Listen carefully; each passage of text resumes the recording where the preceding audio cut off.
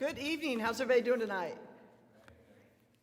Come on, y'all gotta be loud. There you go, there you go, there you go. My name is Beth Trimble. I'm the Executive Director of Communications for Red Oak ISD. We want to welcome you to the first inaugural parent university here at Red Oak ISD. This is the first one that we're going to be doing as a joint venture. So we have invited all middle school parents and our high school parents to join us. We're also streaming live, so we do know we have some folks out there that are watching online tonight. So we welcome you guys as well. At this time, I'm going to go ahead and turn it over to our superintendent, Ms. Brenda Sanford.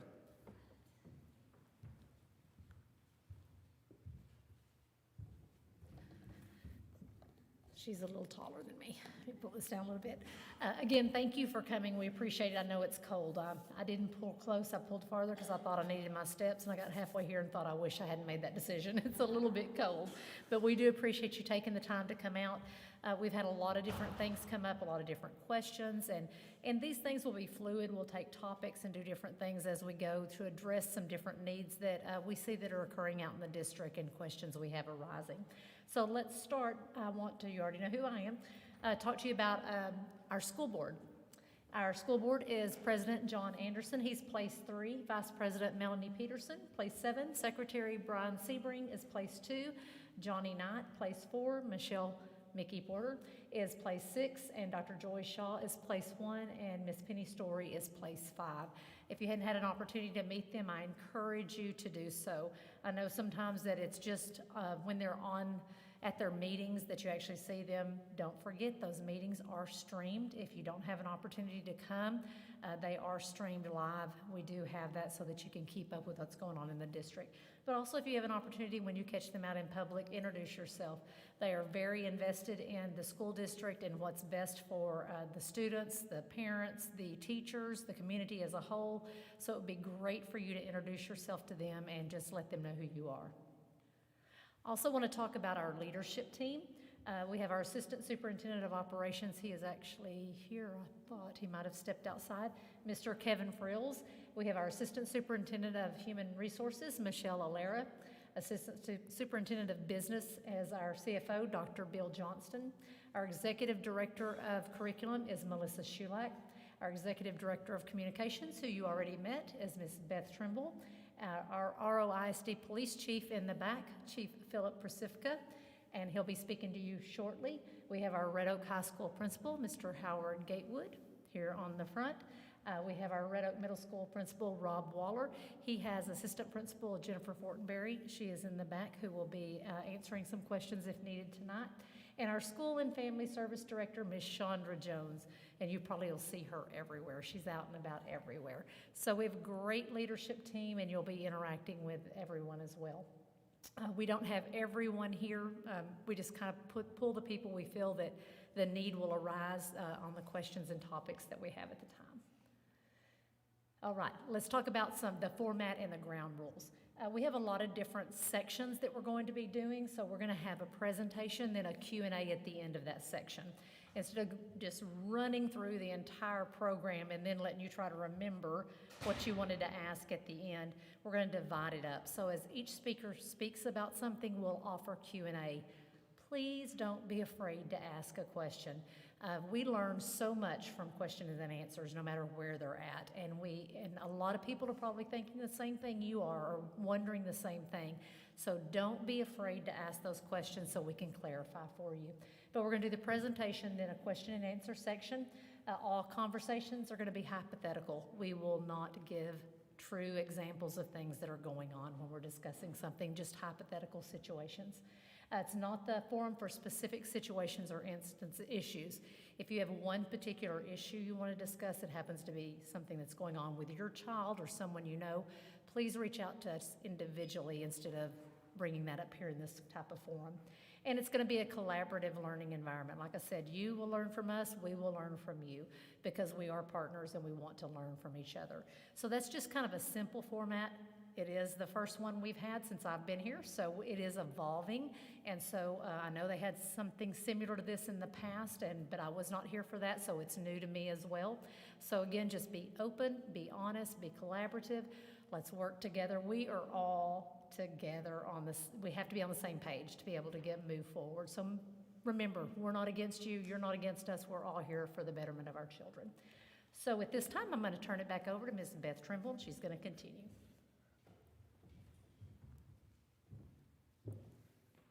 All right, thank you. And as she mentioned, we will be having more of these events. The middle school and the high school will each, after this, split out and have their own that are more catered to the parents specifically of those two campuses. We're also working with our elementary principals to develop an elementary one that will probably be collaborative of all 5 elementaries across the board, just so that we can get input from all elementary parents at the same time. So we are going to move on here. A little bit about the agenda. As she mentioned, most of the people that were introduced at the end of that are going to be people that are going to speak tonight because they're the experts in it. Ms. Chandra Jones is our School and Family Services Director. She's going to be talking about some of the programs and the support incident programs that we have. Our secondary principals, Howard will be leading, Mr. Gate will be leading our district incident management conversation. Our chief will be talking about the police department, obviously, and then I'll be coming back on to talk a little bit about social media and some tips for parents on social media, okay? But first, let's talk a little bit, just briefly, about the vision and the mission for the school district. As Ms. Sanford said, we are all in this together. This is a collaborative. We want to have input. That's why we're having Q&A at each section. That's why we wanted input. That's why Mr. Gatewood asked for parents to give us topics so that he could develop the rest of the spring. We asked our ROCAC group, which is our community advisory group, for suggestions on topics, and so we got some input from them as well. But the district vision is realizing our individual students' dreams. And some of that entails knowing what their dreams are. Some of them don't know yet, and that's okay, but it's learning how to figure out what is your dream and then how to pursue that.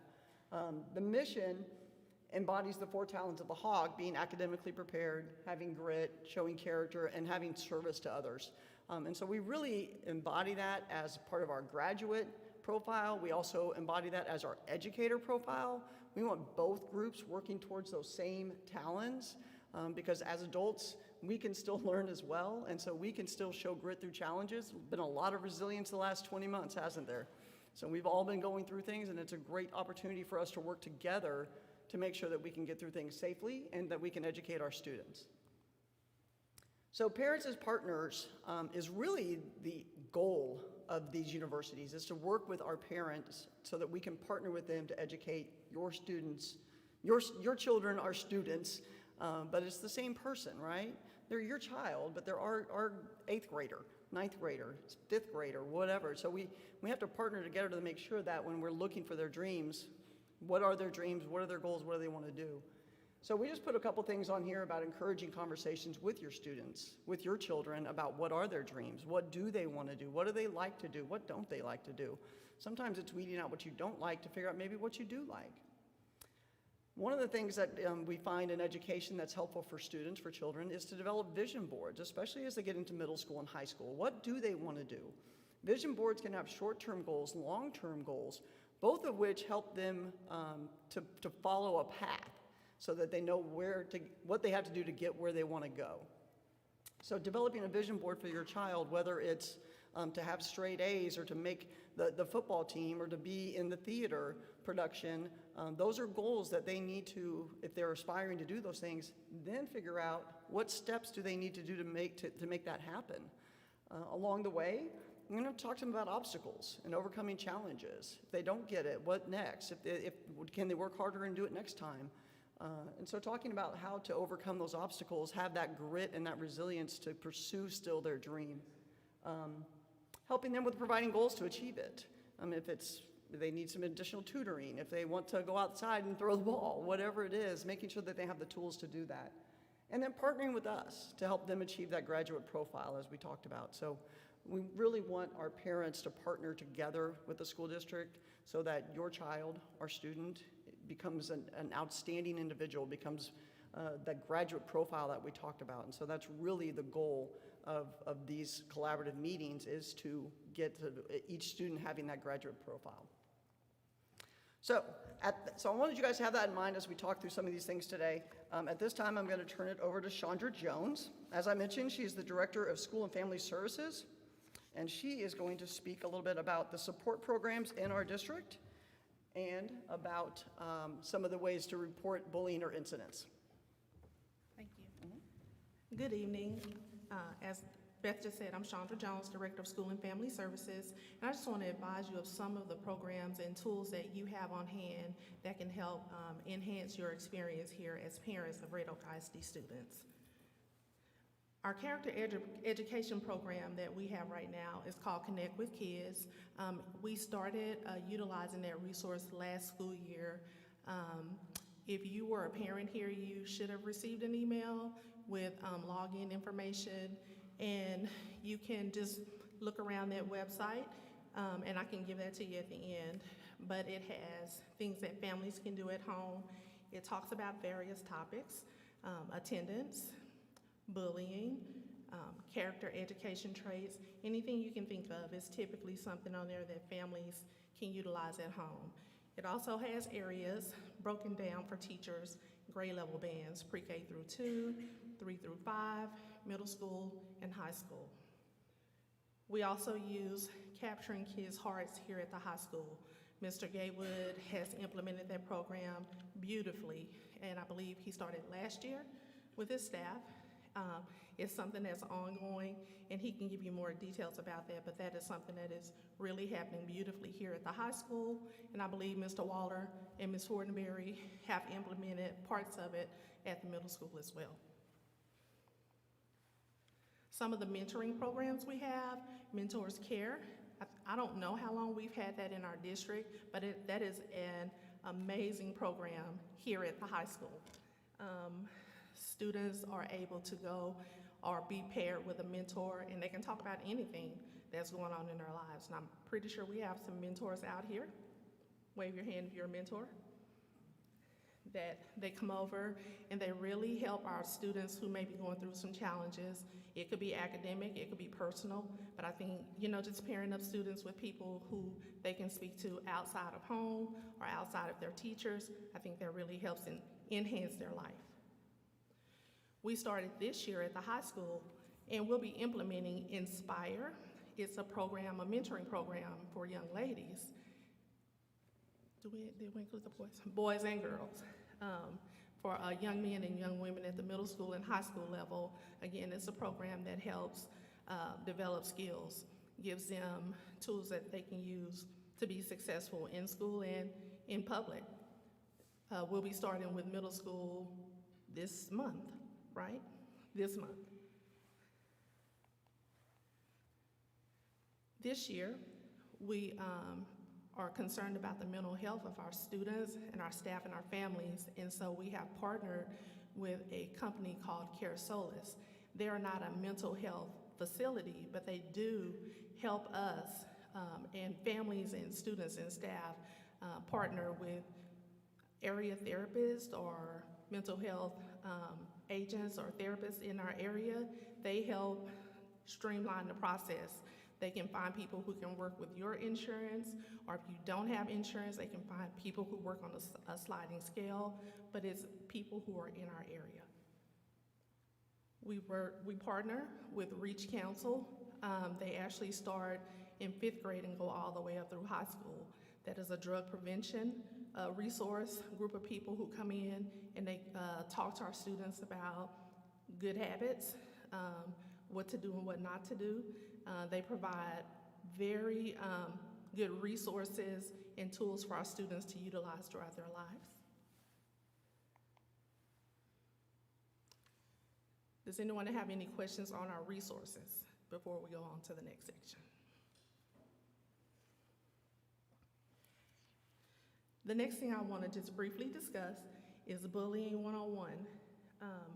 Bullying refers to one or more perpetrators who have greater physical or social power than their victim and act aggressively toward their victim by verbal or physical means. This behavior is not a one episode incident. It must be repetitive and habitual to be considered bullying. We have a checklist that we use based on state mandate.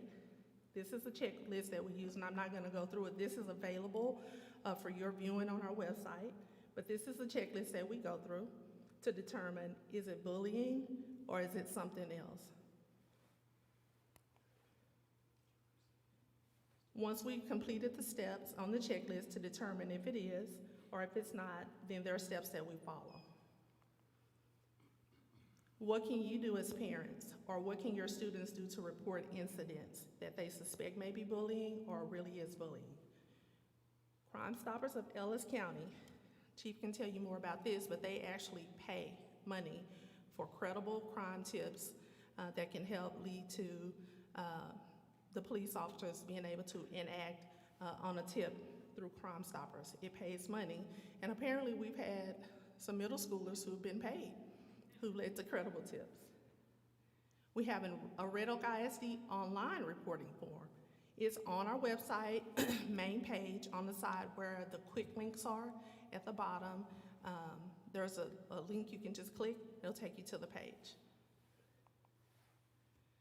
We also have Stop It. It's an app. This is our preferred way to receive information. It's anonymous. It's an app, or it can be online, and they are monitored 24 hours a day, 7 days a week, 365 days of the year. This is our preferred method. This is something that we just implemented. We were a part of a grant through Region 15, so this app is of no cost to us for the next 3 years. Here's a short video. Life can be difficult, and it's not always easy to speak up when something's wrong or dangerous in your life or someone else's. Stop It empowers you to help yourself and to help others. Stop It gives you a voice to do what's right, to deter troublesome behaviors like bullying, cyberbullying, and hazing, helping to make your school environment a safer and happier place to learn and grow. What is Stop It? Stop It is a simple, fast, and powerful app giving you the power to make a difference today. You can report anything. You can report issues like bullying, hazing, violence, and inappropriate behavior on and offline. Virtually anything. Doing the right thing is as simple as one click on your phone, sending your report in real time to people that care and are ready to help. Make no mistake, Stop It is 100% anonymous. Period. End of story. How does it work? Once downloaded, open the app and enter the access code provided by your school. Now, go make a difference. If you experience or are a witness to something you would like to report, simply open the app. Tap the report button where you can send a message, photo, screenshot, or video evidence to the people that can help. Hit send and feel great. Next, the people that can help will receive your alert. When necessary, someone can reach out to you with Stop It Messenger, 100% anonymous two-way chat. In some cases, you may want to reach out for help when times are tough. When you need someone to listen and to help, you can use Stop It Messenger. Let's start making a difference. Download the Stop It app. It's free.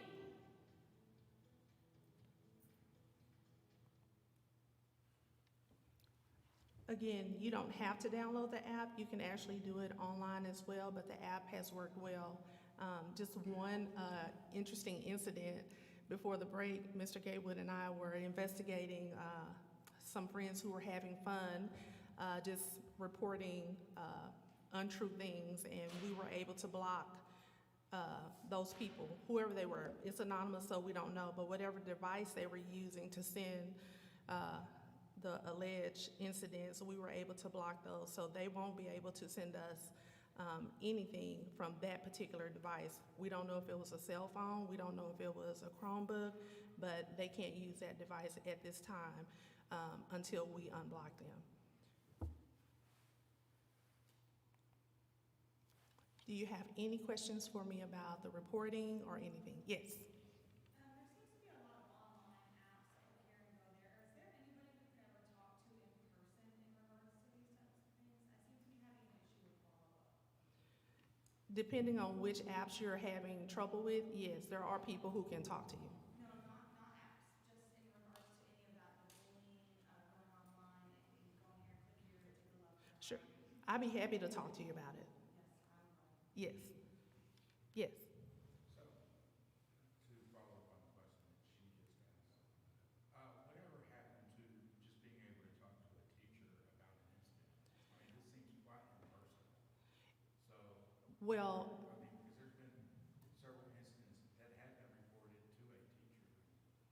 sure, Mr. Gatewood is going to give you more information on that, but honestly, that is really the first thing we would ask parents to do, is speak to the teacher ahead of time and make sure that that incident is documented. But Mr. Gatewood will speak to you more about reporting and things like that.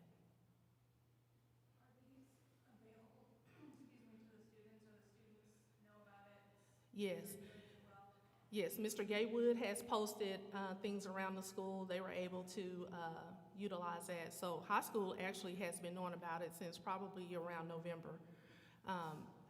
Elementary students, we didn't really publicize it to the students, and really our elementary principals really just got their posters and things when we got back this week. We spent some time at Untitled High School, and they have on the, walking into their bathrooms, they have QR codes. Sure. On the bathroom doors, and it's reporting bullying or being told or feel unsafe or see something, say something. But it was kind of neat to see those throughout the school. And we have that capability as well. I think that's perfect for the middle school and high school. Yes. In regards to parents, I think back to what you were saying, to have somebody to actually sit down and talk to and call, and then to have someone to follow up with after that. Yes, so when you make a report through this app, I'll just tell you a little bit about how it's set up. Every campus principal and 2 other people immediately get the notification when there is something submitted. Not only do those people get it, but there are also 4 people at the district level who also get the notifications. I'm one of the people who get every notification from every campus. And so the principal has designated at least 2 other people on their campus to receive the notifications for their specific campus, and we get them immediately. We get a text and we get an email. And so at that point, the administrators, if it's campus-based, the administrators of that campus will start the report and the investigation on that particular incident. And the good thing about this app is we have it set to where it needs to be investigated and some type of solution presented and then closed. If it's not closed within a specified amount of time, all of us get an email and just remember, this is still open. Any more questions? Mr. Gatewood. And Ms. Fortenberry.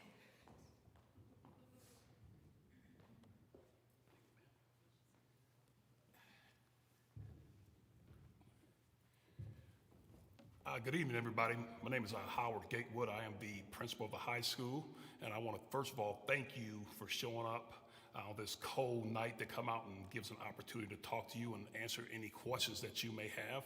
Along with me is the associate principal of the middle school, Mrs. Jennifer Fortenberry.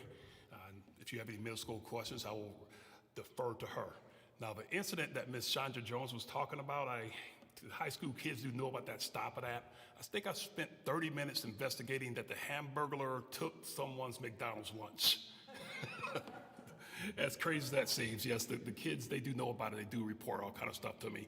And the beauty thing about that Stop It app, as the campus principal, I have to put an action in there, whether that's substantiated or if it's substantiated, what am I doing with that? So I do follow through on those there. And every last one of them do come to me. It's on my smartphone. It comes to me instantly. And those are addressed. Okay, today I'm going to talk about the district incident management and grievance process. I'm going to talk about the campus level, the informal concerns, and the formal complaints. I've been here about a year and a half as the campus principal, and I've only dealt with probably 2 formal complaints, level 1 grievances. Most of the times, I'm able to address any concerns that parents or students may have through an informal process, just stopping and seeing me, seeing that teacher, and working through there. So I probably address most of the concerns, I'd say 95 to 99% of them daily, just through campus level in an informal process, okay? Now, formal complaints obviously is a board policy that those complaints must follow F&G local and also F&G legal. Just outlines the process, talks about timelines, talks about responses to things that I am required to do as the campus principal. And if you're following a level 1 grievance, most of the time, I'd say 99% of the times, it's with me, the campus principal. It's not with an assistant principal, not with the associate principal. You're meeting with me, and I'm going to follow through on that with a written resolution. It's not something I'm going to follow with an email or a phone call. It's going to be an official correspondence. I would mail it to you, so it will be given to you a resolution to your concern. Obviously, this is a last resort. Like I told you, 99% of the times, I usually resolve stuff without even getting to this here level. Like I said, I've been here a year and a half. I've only done two, because I'm usually able to resolve that. And I'm pretty visible on campus and visible around the district. If you have any concerns, I always employ parents to, number one, speak with that teacher or that coach or that sponsor. Reason being, the goal is you want to go as close to that source where that issue is at. I'm not saying don't inform me of that there. I love it when parents email a teacher or a coach and CC me on that, because I do go back and follow up to see if that's been addressed.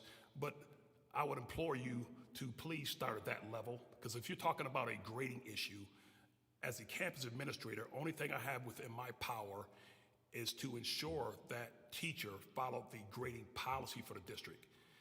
As far as changing grades, anything like that, no, I do not have that power to do that.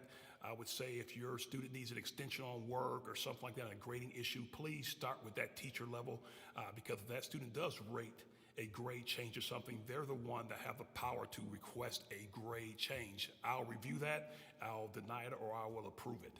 But it must start with them. It's actually, I just don't have that within my power to control a teacher's grade book. So I said if it's something with that issue, please start at the teacher's level, okay? Teacher, coach, or level. If that doesn't work, please make an appointment to see that counselor or that assistant principal.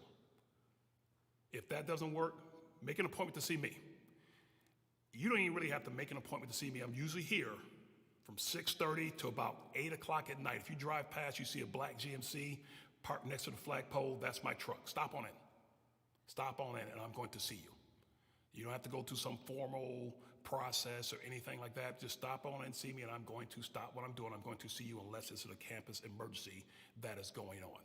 I am always available, and I'm usually always here. Even on Sundays, I'm here. My wife usually gets mad at me. I spend part of my Sunday here at the campus. So, but just if you see my truck out there, feel free to come on in. If I cannot address your concerns, you're more than welcome to make an appointment with a district level administrator. That is fine. Now, the campus level response incidents. My goal is to address any concerns you have immediately and come up with a solution. Obviously, we don't want to let something fester and get bigger and bigger and bigger. We want to nip that problem in the bud as soon as possible. At that time, if it is something that warrants it, we'll go ahead and do an investigation. That may be taking statements from students, looking at video footage, and doing other things we need to do to get to the facts of what exactly is going on. If it evolves into a discipline issue, obviously we're going to follow the student code of conduct that we're bound to by Red Oak ISD. Now, one thing I want to talk about the student code of conduct, discipline is protected. Student discipline is protected by FERPA, meaning if I'm talking about a discipline issue with you, I can't speak about another student's consequences. I can only speak to you about your child's situation. Can't talk about another student. Also, discipline, keep something in mind. Discipline may vary by incident. What I mean by incident is you have a situation to where it may be a tardy. Obviously, a tardy is going to warrant a lesser consequence than if I stole your cell phone, if I got into a fight, if I brought drugs to the campus. Obviously, the greater the incident, the greater the consequence.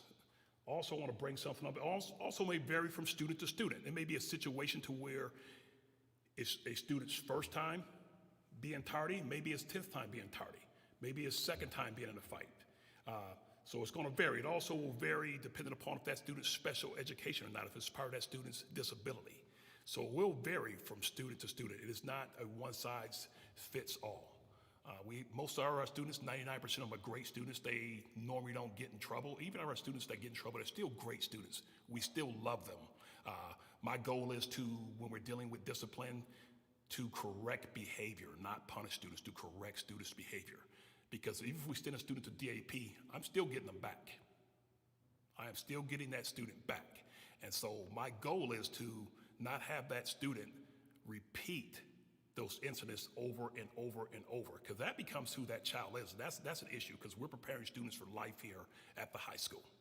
So that is my goal, to correct behavior, not punish. Now, there's some accountability. I'm not going to lie to you. There's some accountability. Like, that's just how life is. If I like driving my truck, I need to pay that car note. That's just how life goes. But even when a student is by chance sent to DAP, when he comes back, we're still going to love that student and welcome with open arms and let that student know that, hey, we're not going to discuss that incident. Did you learn something? Now, if they're continuing on with the same incidents, obviously we need to look at a different approach. At this time, do you have any questions for me?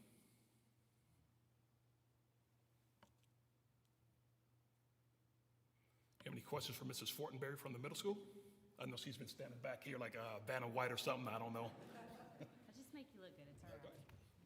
No, everything, I mean, I worked with Mr. Gatewood in various capacities, so he and I are on the same page, and I'm sure if you've had a kid come through 6th grade, you've talked to me before, and now I'm at the main campus, and so if you've had a kid with House Bill 4545, you've gotten lots of emails from me, so I apologize for that, but we're always here at the middle school as well. We feel the same way. I started off as a high school teacher and thought middle school kids were a little strange and funny, but, oh, sorry.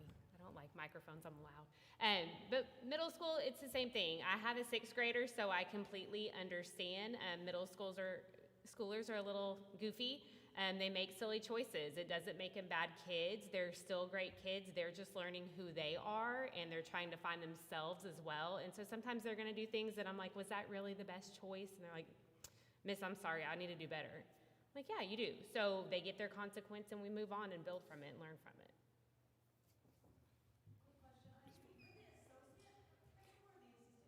Assistant Principal of Instruction. So there was another assistant principal for Mr. Walter that I spoke with, short-haired lady, very petite. Miss Delacroix, she's the 6th grade assistant principal. Yes, ma'am. So then who would I go for in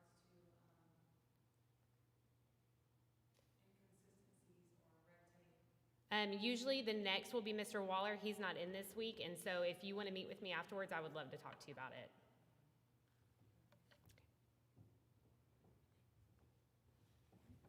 Hey, before I leave here, I want to once again thank you for stopping by this evening, and hold me to it. If you see my truck out there, stop in. You don't need an appointment, and you need to see me, you need to talk to me. I am always available to you. Okay, I'm always here.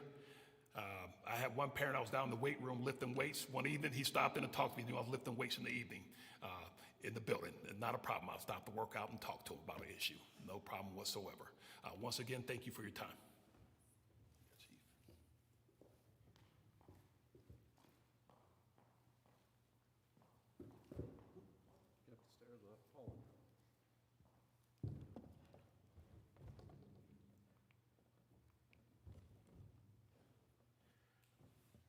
Good evening. My name is Philip Percivka. I'm the police chief here at the district. I'm kind of an off-the-cuff person, so I've made some notes, and like I said, I'll be glad to answer any questions that you have. Usually I talk for about 3 hours, so just sit back. No, I'm just kidding. Like I said, my name is Philip Percivka. I've been here now a year and a half. I came in August of 20. However, I served in a neighboring, actually a jurisdiction that shares some students with Red Oak. I was the chief in Glen Heights, Texas for 18 years, and I retired out of there at 17 and went down to the Waco area in Robinson for 3 years. This is my first endeavor as ISD chief. I've been here a year and a half, and I really enjoyed it. I will say, though, I'm not a new person to the district. My wife and I have lived in the district for over 22 years, and we had kids that graduated in 10, 11, and 13, so I've been here a little bit and been on committees and different things across time. And it's a pleasure to be here, pleasure to serve as your chief. A little bit about the department. When we're fully sworn staff, which means we're all police officers, there's 11 of us, that includes me. So your board, thankfully, has the best interest of your kids in place, and when full staff, we have officers at every campus, which a lot of districts don't do that, so we're blessed here in Red Oak that we have that ability. We also have 2 security officers that are currently assigned here at the high school as well. So our primary goal is, again, the safety and security of the students, the staff, and the visitors to the district. That's our primary function. We take safety very seriously. I will tell you, state law mandates a school safety committee. We have 15 persons. It's across the district. It's made up of a couple of board members. It's made up of some staff, and then also made up from parents as well. And we meet 3 times a year to talk about the safety for the district. So again, very interested in making sure we're safe here in Red Oak. The next thing is we also have Ms. Jones is the chair of this, a Safe and Supportive Schools Committee as well, which it used to be called a threat assessment, but state level likes to change the names of things. But basically we have a threat assessment team that anytime a threat comes into the district or we receive information on a threat, it filters through the team. We have processes that go back to whatever campus level, and it involves the law enforcement as well. So we work cooperatively with that. I did want to go back on a few things that were discussed. Crime Stoppers, we have the ability through Crime Stoppers to pay with gift cards, and depending on the severity of what the offense might be, it can move up. And like I said, we had an incident earlier in the year in the middle school, and a lot of times Crime Stoppers is set up as anonymous. I have to tell this story because I'm not going to share the kid's name, but he went around and said, I got paid. He didn't care. He was basically, this is the right thing to do, so that's what he did. It was pretty funny. But we encourage, we don't want to name kids, and we don't want kids to, feel that they can remain anonymous, and we protect that them being anonymous. But we, like I said, with the right information, if it meets qualifications, encourage your children, because the thing about it is it's helping keep our campuses safe. So I just would go back to that. I did want to follow up a couple. I know there's some comments. Chandra talked about the Stop It app, and then there's the online form. And I know there's been some discussion about, well, can't parents just contact us? Yes, they can. And we encourage that. As a matter of fact, I left some business cards on both tables. I don't know if I have enough for everybody here, but I left a handful on either table. You're welcome to call me. I will tell you, if you don't like the Stop It app, the online form, you can leave your name and number and contact information. That way we can follow up. So it's not that we don't want to know. If a parent has a concern, we want to know that. You can email us. You can use the form that's online. You can call whatever campus, or if it's a police matter, you can call us. So we're not trying to dissuade parents from being actively involved. It's just the good thing about the app or the online form is it keeps us honest. And when I say that, it's because I'm old school, and I'll use a little bit of slang. If it ain't written, it didn't happen, and that's the reason we encourage the form. And that's an old school cop. You have to write stuff down, so it's there for documentation purposes, and it gives us something as a benchmark to follow. So I just wanted to follow up on a couple of things. Excuse me.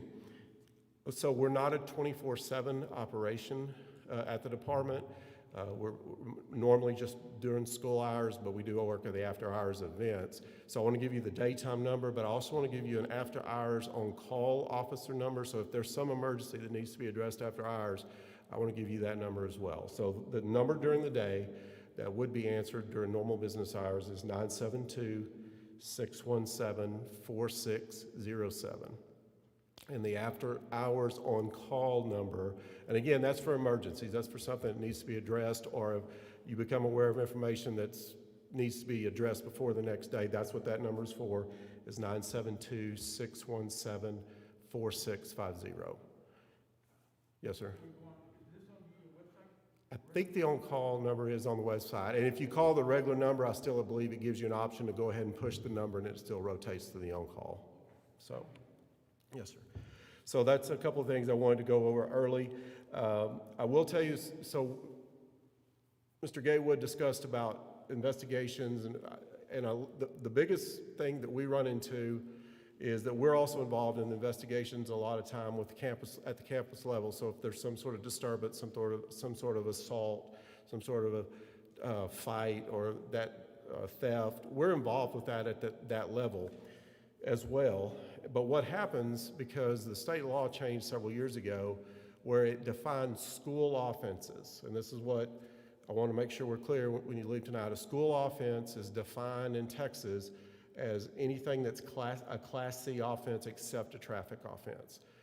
And basically what the law says, if it's a school offense, that Class C offense, or a Class C assault, a fight, which is a disorderly conduct, Class C, that actually is handed back to the administration to be handled administratively. That's what the law prescribes. So we're not, by law, we're not allowed to write a ticket for a Class C school offense. And a lot of times parents question that, so we're trying to, these parent universities, we're trying to educate that our role is to assist with that, but if it gets to the point we know it meets that Class C school offense, it has to go back to the administration for them to handle administratively using the board policies, because that's what the state law requires. So if there's any questions on that? Yes, ma'am. If it's not handled at that campus level and you've went through the process and you've got to the principal and you're still not satisfied, then it goes up to the administrative level, which would be for the assistant superintendent, superintendent.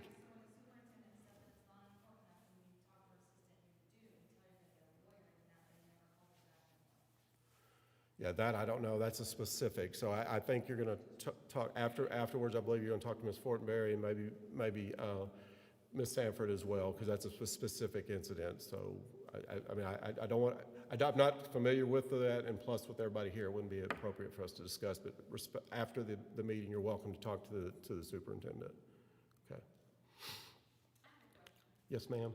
So recently, the middle school had that threat where someone claimed they were gonna go and shoot up the school and the kids were all terrified. In those incidents, do you guys pull in Red Oak Police Department to assist and cover all these campuses, or like? We make them aware if there's credible threats identified. In that case, I was getting a call because it hit social media, so they were all aware. I will tell you, back before Christmas, there were a couple of days based on national stuff that came down to the local levels. We take every one of those serious, and we interviewed dozens upon dozens of kids at both campuses across time, or that day, and that's why you'll get stuff that no credible threat was determined. That means what we find, and I think Beth was going to talk about this a little bit later, is the social media part of it. While it's a great tool, it also becomes, for us, it becomes a big issue. We even have parents, and if anybody, no disrespect intended, but we have parents commenting on social media instead of contacting us at what they may have seen. So that's, if you walk away with anything tonight, is instead of commenting on social media, I've given you numbers, you have emails, you have ways through the apps to contact us immediately, because the quicker we can get involved. I will tell you, myself and one of the investigators were out on a high school incident all weekend several weeks ago that turned out to be, the threat was not credible, but what was, I can speak in generalities, what was done was, led to some significant discipline. But I mean, like I said, we were out all weekend tracking this down because we were involved early. Where we have troubles, we're not involved till 24 hours later, and there's been a whole string of Facebook posts or some sort of social media posts that puts us behind the curve. So as parents, I know Beth is going to talk about partnering with us. Please let us know first, because the comments that folks are making, it truly just gives us more people that we have to track down in reverse. And so our biggest request from you is let us know and let us get involved on the front end and stay away from the social media end. Yes, sir. All right, first and foremost, we wish you and good. Thank you. But here's the problem. It's all good and well what you just said. But when we as parents do notify the schools, it doesn't go anywhere. It doesn't go past the secretary. I mean, literally. So I've instructed a certain individual that if they are bullied Right. Because it's not gonna be tolerated. It can't be. And again, I would ask that, on specifics, talk afterwards, please. But and on that end of it, so we deal on the criminal side, and if we identify criminal behavior, we take that action. I just want to let you know, what is criminal when it comes to the state of Texas and what we can't do. So if it's, and even bullying, we talked about bullying early. I looked it up to confirm I was right. There's no definition of state law that talks about bullying. It's identified in the education code, but it goes back to the board and board policies as far as how that's handled. Now, there are some things that constitute bullying that may fall under another criminal offense. We look at that and we evaluate that. I want to make sure you're clear on that. And again, on specifics, you're going to have to talk afterwards because, it's not fair for me. One, it's not an issue I would know about. And number two is the folks that are in this room would be more the folks you need to talk to. Yes, ma'am?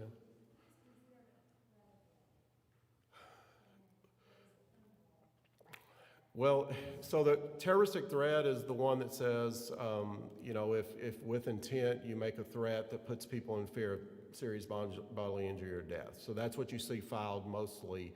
So if we can find someone that actually posted a threat that I'm going to do this at the high school, or I'm going to do this at the middle school, or whatever, one of the elementaries, that meets that definition. What we're finding is we'll get something that may have occurred on Snapchat or TikTok or whatever else. It starts getting repeated. Well, that's difficult for us to follow up on because those things are in and they're gone. And getting back to that original source, because again, you have to prove that intent. So, we get a lot of repeating of what someone may have seen from a public site on TikTok, and then it gets repeated and by the time it gets repeated several times, it's gospel that it's going to occur tomorrow. So the credible threat is if we're able to get to that specific person that made that statement. Excuse me? Correct, and that's what I would tell you, and I think Beth's going to talk about this in a little bit, is if, again, be involved in your kids' lives and be involved in what they're looking at social media. And if you see something, screenshot it. So, because a lot of times it's going to go away. So screenshot it so we can see what that original post was. That gives us something to go on, and we can work with providers and work with saving stuff. But again, when it's 10, 1100 posts down the line, it's hard for us to work backwards. I'll be brutally honest on that. So.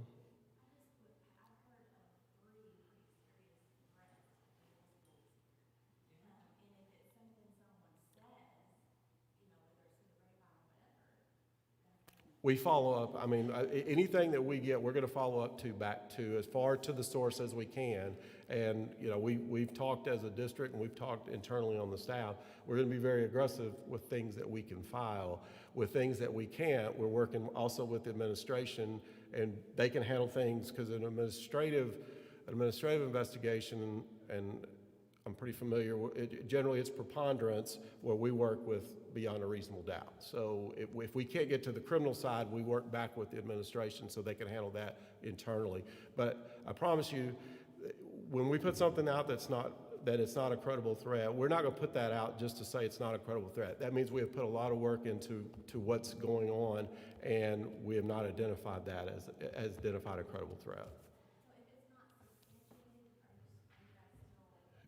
If we can find folks that are posting it, there are some elements of the law that might apply, but if not, then that's what's handled back at the administration side. But we work cooperatively together to do that. Yes, sir.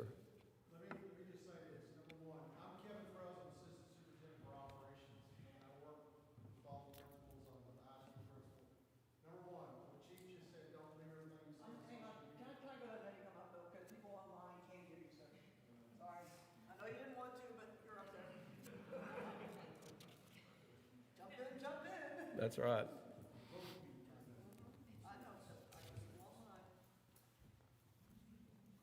Again, this is Mr. Frills. He's the Assistant Superintendent of Operations. As I said, I was the former high school principal here. I'm Assistant Superintendent, District Operations now. I'm one of the ones that you come to when things are escalated at the campus level. One thing that you've got to be real careful of, everything you see on social media is not true. I know that's hard to believe for parents and for students. A year and a half ago, Chief and I worked all weekend on an incident that it was a Photoshop. It was photoshopped. The young child that was involved at middle school almost had to have medical treatment because of the fear that was about her that didn't have anything to do with it. It was a Photoshop picture that one of her friends thought it would be fun to do. I know that's hard to believe. Administratively, there are students sitting in disciplinary alternative school today that have made false hoax things. We can't talk about them, but when we administratively, when he turns them over back to the campus, the middle school and the high school do a phenomenal job of finding those students. And it's the old, when you were young, the game where you start with the story and by the time it gets to the 23rd person, it's changed. It's like I go in with Miss Fortenberry was there when I give the students, a wise man once told me, he said, I have green fuzzy feet. And I know that sounds silly, but you don't see them, but I told you that, and that's the same way the kids are. And you are the same way because just as Chief alluded to earlier, that parents make comments on social media that are unsubstantiated. Okay, quick question. I don't mean to interrupt you again, but following up on my fellow brothers here in the front row and then right here, was this not a credible event around right before Christmas? Was this not credible enough for you when my daughter texted me and said, Mommy, I'm scared there's going to be a school shooter? Well, We all came and got our kids. I did not see one police officer. Was that not credible? there were police officers everywhere. And Mr. Frills was there, and he had lots of.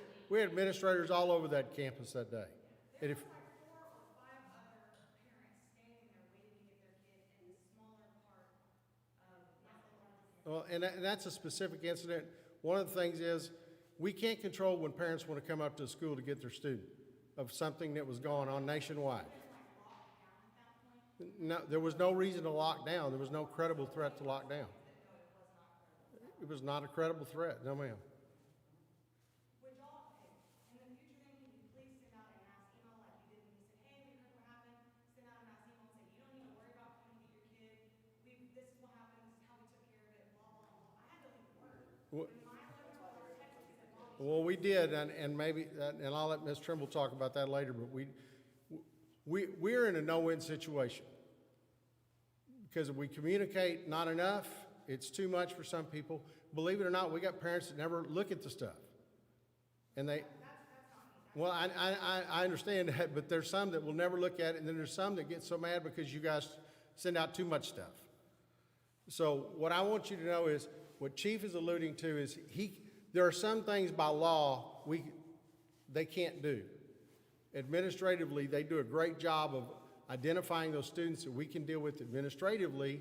And I can tell you from those incidences before Christmas, there's some students sitting in DAP because they were caught up into that of, hey, let's make it bigger by some of that. But you cannot believe everything you see on social media because of Photoshop there's some of these kids are very gifted in their graphics. I have no social media. This was my daughter who texted me. Well, so I just wanted to help clarify some things there. Yeah, and you brought up the question of the lockdown. I promise you, if something would have precipitated that day that would have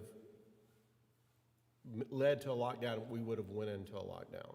What we did do is we went into a hold where kids were mostly kept in class and only released when parents came. So we did that as a precaution, even though we didn't believe we needed to. We did that part of it. But the lockdown we didn't do because we did not develop anything that would have precipitated that. I agree with you. There were very many children, very many students that were upset, but it was because of the embellishing that was continually going on all day at the campus. It actually was 2 or 3 days. It led up to that final day. Yes, ma'am.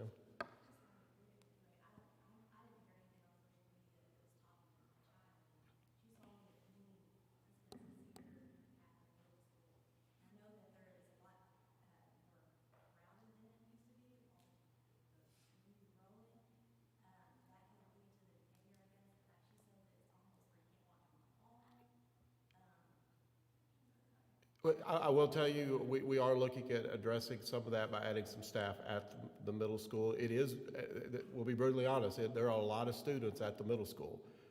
So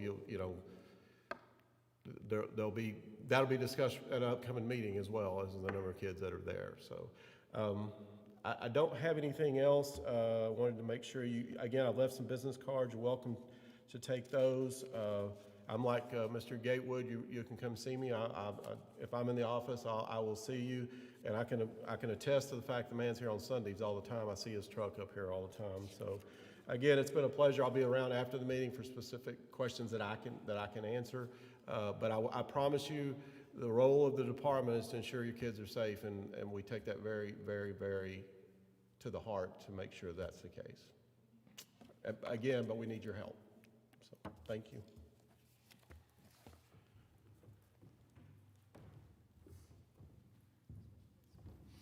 Just a couple of other things, and again, I will be around and everyone else will be around for you to talk to us about specifics afterwards. We're going to talk more about different things as we go along, but it's so important for you to be familiar with the grievance process. I know sometimes people will call the office and ask to speak to me about a particular situation, and I instruct them, please don't give me details. Don't give me details, because I'm a level of that grievance process. And if you start giving me details and it hasn't even gone through level 1 grievance, then it's polluted my ability to stay neutral in a situation. So please familiarize yourself with the grievance process. It's on our website. We may go in depth in that at a later time so that you'll understand that. Same thing with possibly your school board and things like that. You don't want to pollute the process. We do have a leveled process that you need to go through. Some of the people that are in that process are not here this evening. Like I said, we may go through that a little more in detail later on so that you can become familiar with that. You always start at your campus. And after the campus, then we do have liaisons in between before it ever escalates to me or to the school board. So if you try to call and we say, please let you speak to Miss Watts instead first. She's one of our steps where they actually go through and try to mediate and figure out what's going on. Wanted to clarify that. Also on the threat, I want to clarify something to you. If we see something, hear something, something's reported on social media, we take everything as a credible threat until it's otherwise proven. So, for example, when we did have some of that occur that said, okay, there's going to be a shooting at the middle school, we took our entire ESC division, including myself, and we dispersed. It was all hands on deck. We had the kids in the classrooms. They weren't in passing periods. There were 2 or 3 of us. They didn't have a clue who they were. They all thought I was a teacher forever. They're like, are you one of our new substitutes? I mean, they didn't know who we were, but we were all there telling them, we're here just for extra protection for you. And we stayed there. And we even released students that afternoon with all of us there. If it's not proven to be not a credible threat, we're following through like it is the whole time. Is that going to be a full lockdown? No, not until we prove that there's something credible, but we take it so serious. I can't tell you how many people were on those campuses at that time. We had someone at every corner, 2 or 3 people at every corner. We actually discovered some corners we need to maintain a little better because we'd see kids hiding off in those corners. So we are taking everything serious. No way whatsoever to stop a student from calling you in a state of panic. I've been there. There was a shooting at the school where I taught and where my child was at the high school when the shooting occurred. I got the phone call. We've had a shooting at the school, Mom. I get it. My heart stopped. I couldn't get to her. They were in full lockdown. I was a teacher at another campus. I couldn't leave my kids because guess what? We went into full lockdown too. I understand. I don't want you to think we are cold-hearted and we think it's just a job. I promise you we don't. Every one of your students means something to us. I don't know them by name. They don't know me by name, but they're still my kid. And we all feel that way. They're still our kids. We do want to partner with you. What Chief said about making sure that you go to us before it hits social media, I was involved in some of that as well. The problem is, like, if it happened on Snapchat and no one snapshotted it, and then it got shared 185 times, it took all day just to track down that original one, where if the first person that snapshotted that could have picked up the phone and called us, we could have been on it so quickly. So please, please, make sure you're letting us know what's going on. Snapshot it. I mean, literally, you see something or your kid sees something, snapshot it. Get it to us so that we can look at it. None of us want y'all to feel like it's us against y'all. I promise you. None of us, just like none of you, wake up every morning going, how can I make someone's life miserable? That's not who we are. We are the people who want you to feel safe sending your child to school and knowing we're there to protect them, we're there to serve them, we're there to serve you, because it is a partnership.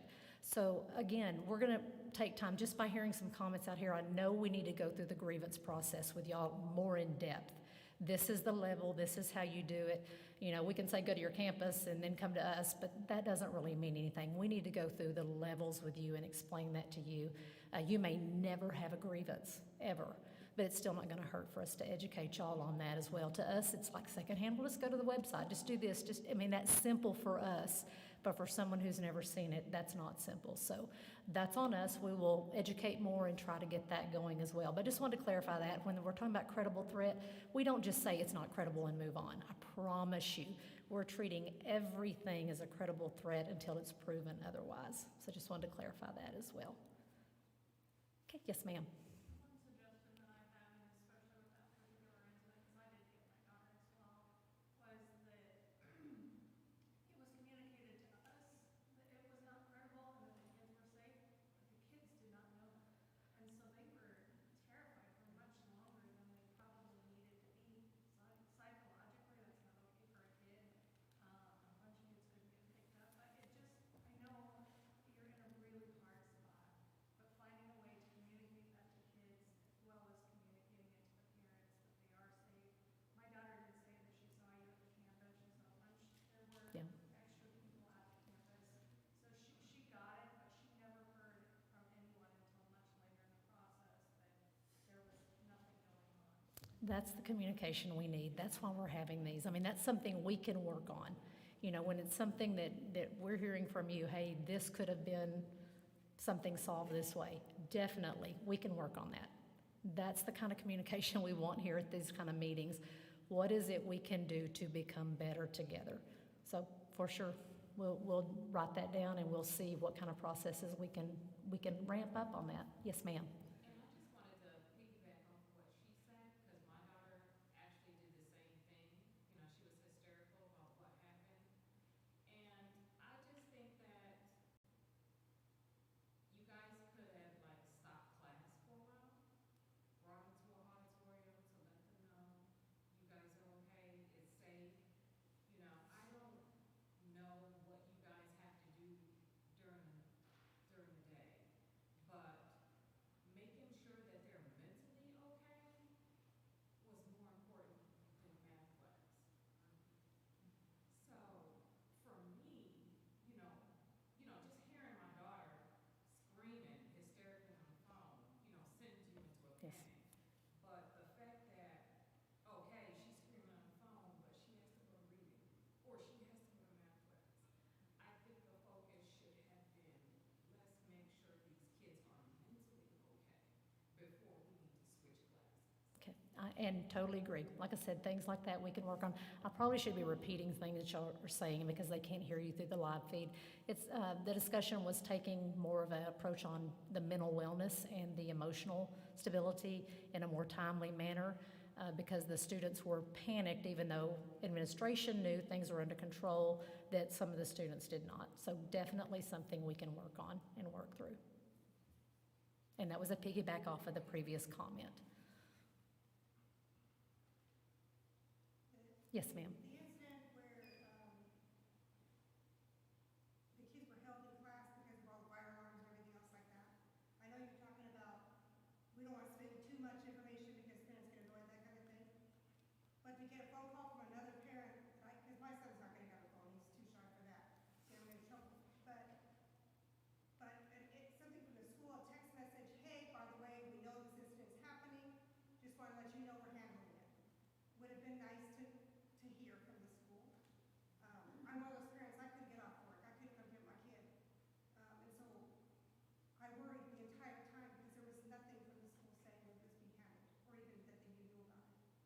So again, I'm going to repeat kind of what you said for those that are online. Request is for more timely, more precise and accurate information, not only to students, but to parents. Definitely something we can work on. I do appreciate that you held them in class. That was very relieving for those of us who Yes. couldn't come. Okay, thank you. Yes, ma'am. I think that she had a really good idea. You could have brought them into the auditorium. I would want to follow up with that as well. I think that's great. But I would like to circle back to your grievance process. Yes. You are the superintendent? Yes, ma'am.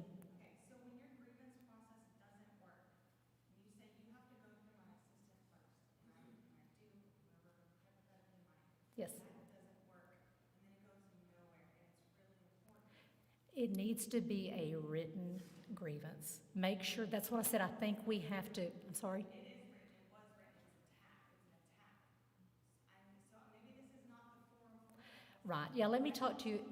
Yes, absolutely. I'll be here to talk to you afterwards. Yeah. Absolutely. I'll talk to you about it. And like I said, I think that you bringing that up, question was again, grievance process. So I think we need to go into that in more in depth with everyone, because if one person's having that issue, there could be many more that are having that issue as well. It is a formal grievance process that's in our board policy. It's written, there's levels, there's a certain timeline it has to follow. So definitely I can talk to you afterwards and then we can see where that is in the process. But it is a very strict grievance process that we have to go through. So we're gonna add that to our agenda and address that at the next meeting as well. And we might actually just shoot something out to everyone. You know, this is the process. Go here on our website. It's pretty lined out on our website, but like I said, it's easy for me to say because I know where to go click, but we probably need to get that information out to you as well. But yes, ma'am, I'll be happy to talk to you afterward.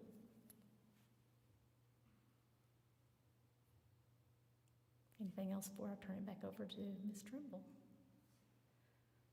I'm not going to get back up, so I just want to say one more thing. We're strongly watching our COVID numbers. I want you to understand that as well. We all know there's a rise in those numbers. Please follow our dashboard. We do have that color code system to where you can see if we're green, yellow, orange, red, where we're at and what the processes will be on each campus as that occurs. It has been a blessing to have the House Bill 4545 where we trickled some of those students back in this week.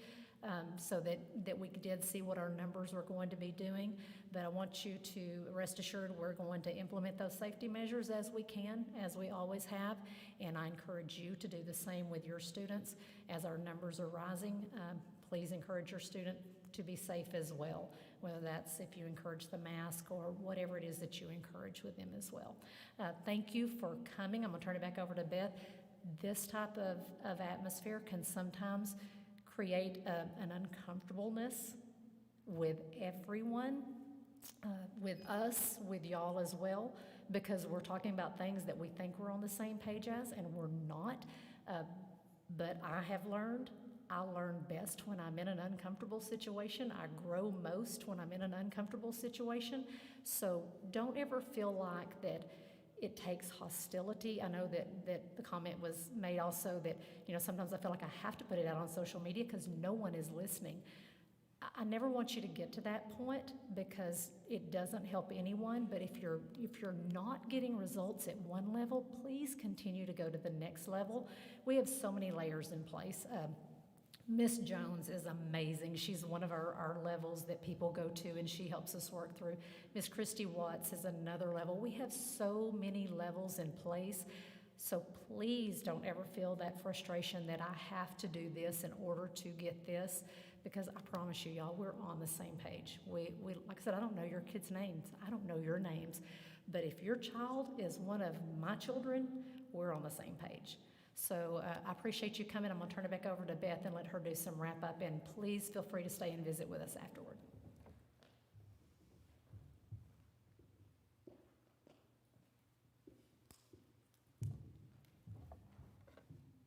I'm going to go back for just a second. This was the second slide of Chief's, and he had kind of gone through some of the comments, but wanted you guys to see, not only do we still kind of refer to it as the threat assessment team, but we also have a digital threat assessment team. We actually have, I believe now, 4 people that are going through the training. that do that background research.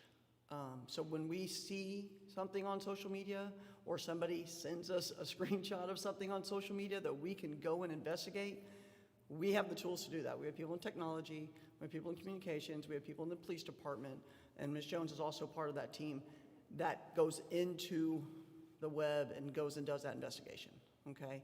So we have people that are state trained through the digital threat assessment program to do that sort of an assessment.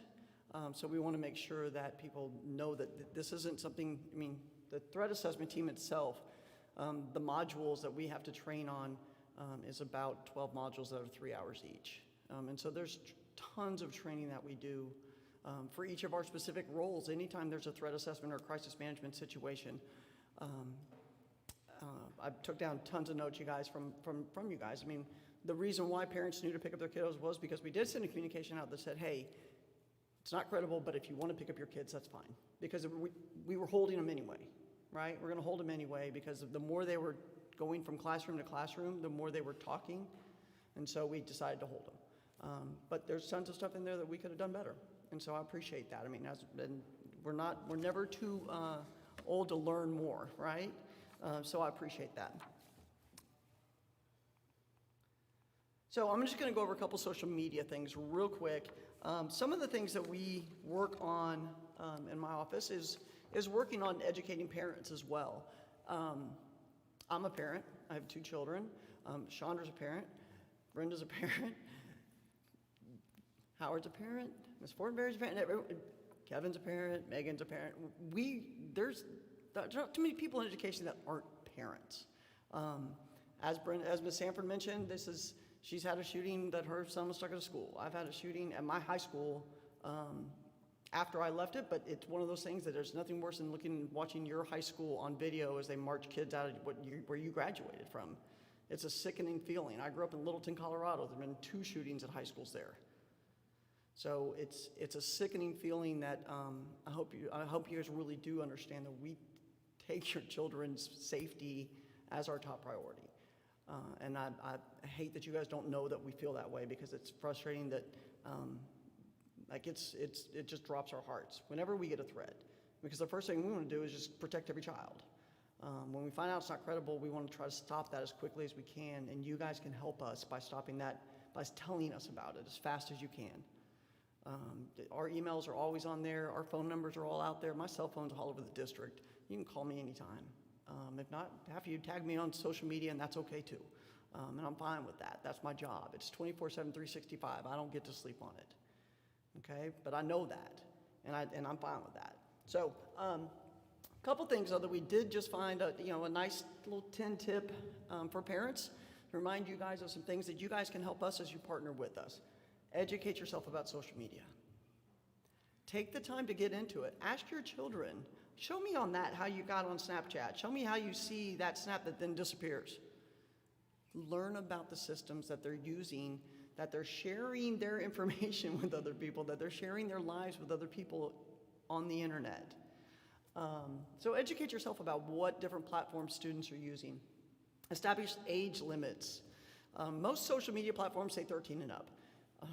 13, guys, 13.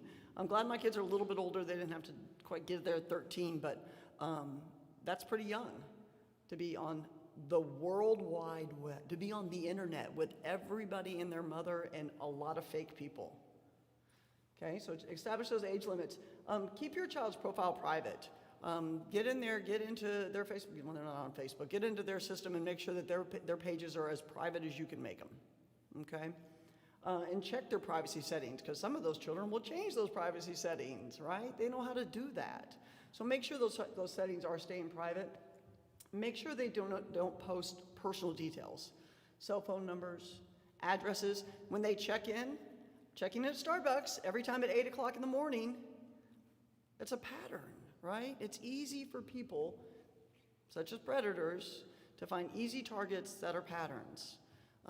Unfortunately, when typically young women, but men also, young boys also, that if you're posting, I'm so lonely, sitting here by myself, nothing to do, and then they check in at an ice cream shop and they're still by themselves, you're just writing, here I am, and so from that perspective of it, we really want parents to make sure that their settings are private, that you have that conversation with your children about what to share.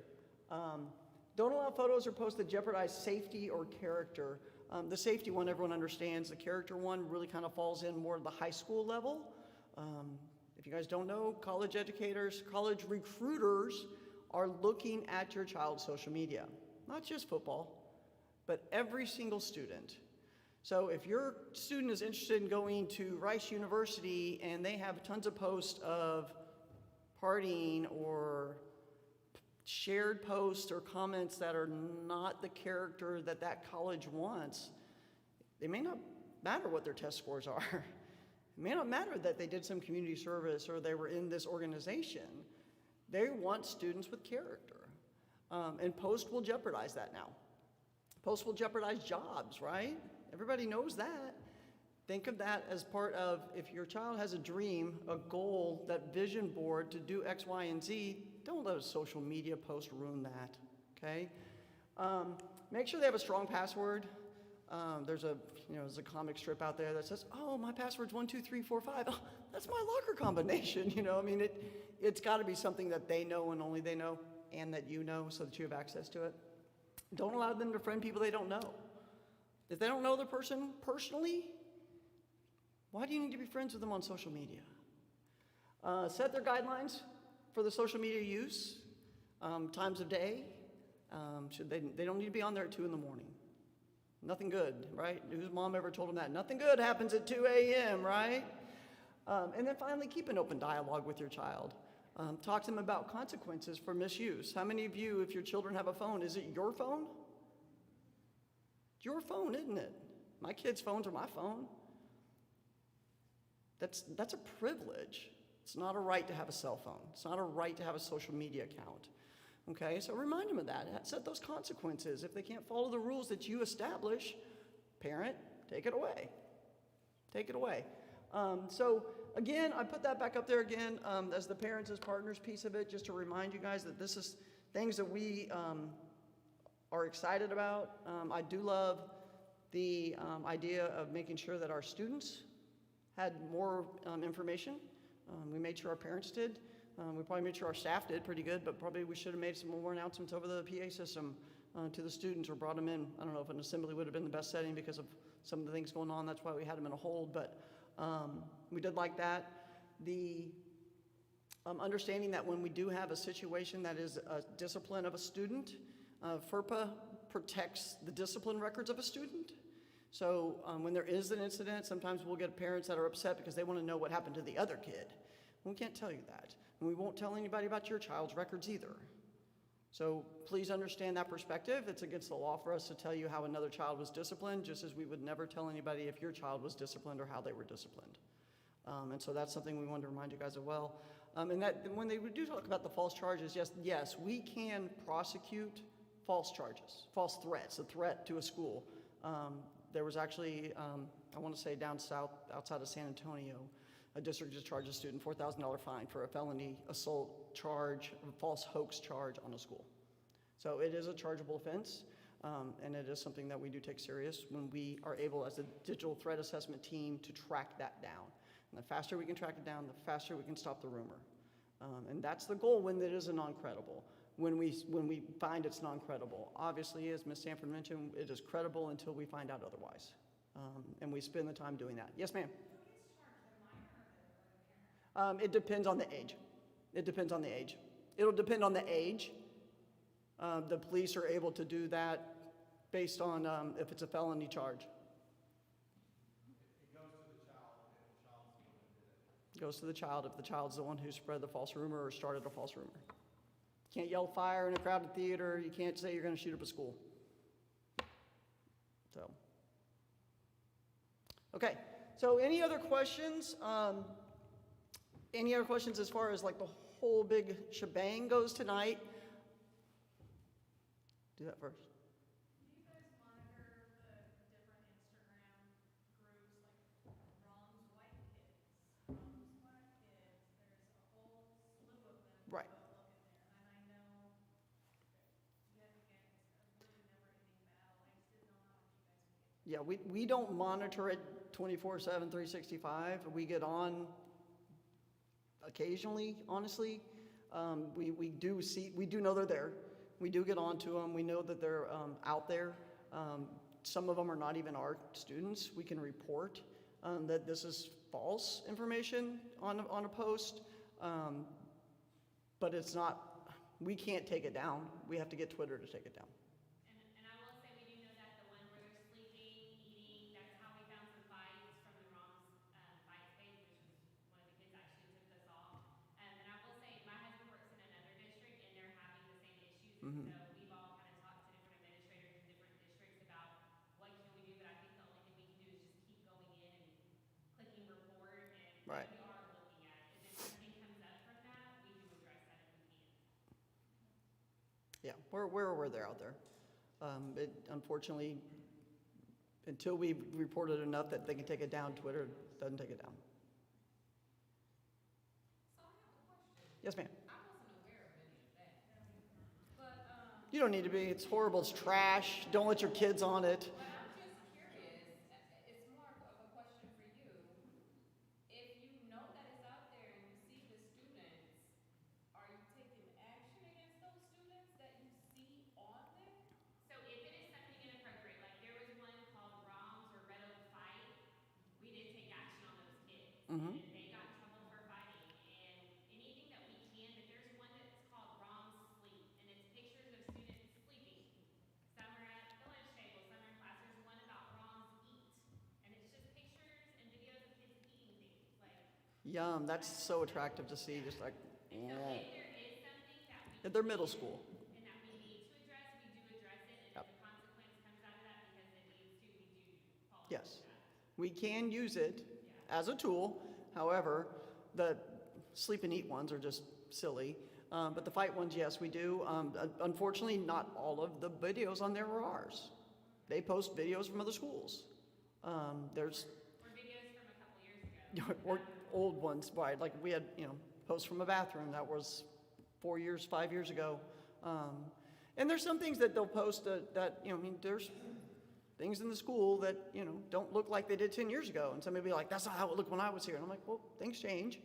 And if kids can't behave, then maybe they don't need a mirror in the boys' bathroom to look at them pretty selves before they go out.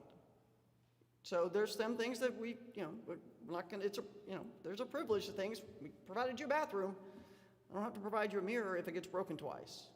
So, and it was older. It was not even this year, last year, it was several years ago. So, we try to address that with as accurate information as we can get, as quickly as we can get. What time did I text you that morning, Howard? About 7 a.m.? Yeah. So, you roll over, start checking, and I'm like, what is this? And I'll screenshot it, send it to him. He's like, that's 5 years old. So, obviously, if it's something that's dated, we can't, go back and look at it. Or if it's not even our students, I guess we can send it to the other district if it's theirs. So any other questions for us? I'm going to leave it tonight with that. The easiest email is to remember is info@redoakisd.org. My email's too long. So if you just use info@redoakisd.org, we disseminate those to whoever it needs to go to. That's kind of like a switchboard, if you will. So if somebody sends something to info@redoakisd.org, I'll take it and send it to Chandra to address, or to Howard to address, or to somebody else if it's somebody else's, or I'll get the answer myself. That's the easiest one for us to use. So that's, if you have any other comments or questions about this night tonight, or any other topics you'd like to see at upcoming events, please feel free to send those to us as well. Mr. Gatewood will be doing high school specific ones, as I mentioned, and Ms. Fortenberry and Mr. Waller will be doing middle school ones specifically coming up, because now we start getting into, an EOC one for EOC preparation for the high school is not something the middle school needs, and some of the other topics that they've started looking into having later on this spring. So if you have any other topics you want us to have them consider, you can send them to that email as well, or you can send them directly to them as well. So if there's no other questions, yes, ma'am. The zip codes, I've been told the zip codes, opened up, they're not just 75154, or that they include Glen Heights. I had to provide a driver's license Yes, ma'am. with my address on it. Yes, ma'am. I was told that a lot of other folks did not have to provide that. We actually have a a system now that is actually dual. You have to provide 2 proofs of residency when you enroll and when you re-enroll. So we do have actually a stricter enrollment policy than anybody in the region. Yes, ma'am, as of last year. As of 2021, the kids that are in the school year now. this past, yes, ma'am. Yes, ma'am. And if you know of any students that you do not believe should be in our district that do not live here, send me an email at info@redokeisd.org. We have an investigative team that goes and checks if that kid is sleeping here or enrolled under a different method. So there are other enrollment methods, such as their parent works here in the district. Okay? So there's a couple other ways that students, and there's a little handful of them, there's other ways that students can enroll in Red Oak ISD. Not just if they live in Lancaster and want to come here. That's not one of them. So there are rules to it, but if you think there's someone you'd like us to look into, send me a name. I just need a name. That's all I need. And I can ask our team to look into it. But no, we're not an open district. We have, I believe, less than, I think he stepped out, but the last number I heard, oh, there's Kevin, less than 30 students on the old transfer policy that allowed them to request that are grandfathered in still. Less than 30 students in the entire district out of 6,300 students that are juniors or seniors now that are here on the previous open and policy. That closed in 2016, correct, Kevin? 15, 16 year? Mm-hmm. Any other questions? Might be a good topic for later, though. Yes, ma'am. I want to say thank you, because I know that this kind of came about from Facebook or from some other groups, and I appreciate the district taking the time to put the information together and spend some time with us. Absolutely. We're glad to do it. Yes, ma'am. Yes, ma'am. You have a question? I just wanted real quick, going back to the substantiated, unsubstantiated, or credible. If it's a joke or whatever, the kid just says it, if you find out that someone is saying things like threatening to the school, are they held accountable to how serious saying things like that are, those kids? Yes. Yes. Yes. What they think is a joke is not a joke. This is 2021 and it's not funny to say those things. Yeah. Ma'am, what's the student population at the high school and the middle school? How many students have you got here? The middle school population, 1570, 1,570, 2,100 at the high school. There was a question earlier about crowding. There's a member, if you'll stand up please, ma'am, of the Facility Planning Committee, 2 members of the Facility Planning Committee that would be glad to answer your questions about addressing growth and crowdedness. Okay, they'd be glad to answer that. There should be a recommendation coming from that committee to the board meeting at the end of the month to hopefully address the crowdedness. We're aware of it. Bond failure in 2017 kind of put us behind the ball as far as crowdedness. So hopefully we can address that this spring with your support.